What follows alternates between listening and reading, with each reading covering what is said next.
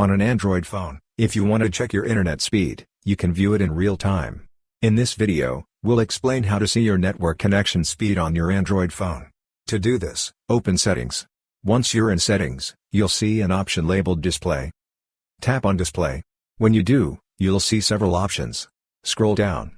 As you scroll, you'll find an option called Control Center and Notification Shade. Tap on that button. Once you do, you'll see an option labeled Show Connection Speed.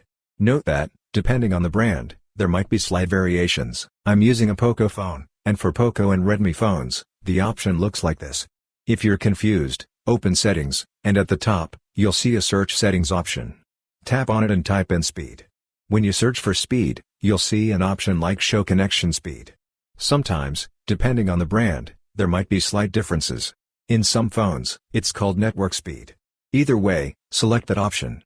When you do, you'll notice it's disabled, which is why you're not seeing the connection speed. Just enable it. After that, you'll see the connection speed displayed at the top. Now, when you check, you'll see the connection speed. That's how you can easily enable the connection speed option on your Android phone. I hope this video was helpful for you. If you found it useful, consider subscribing. See you in the next video.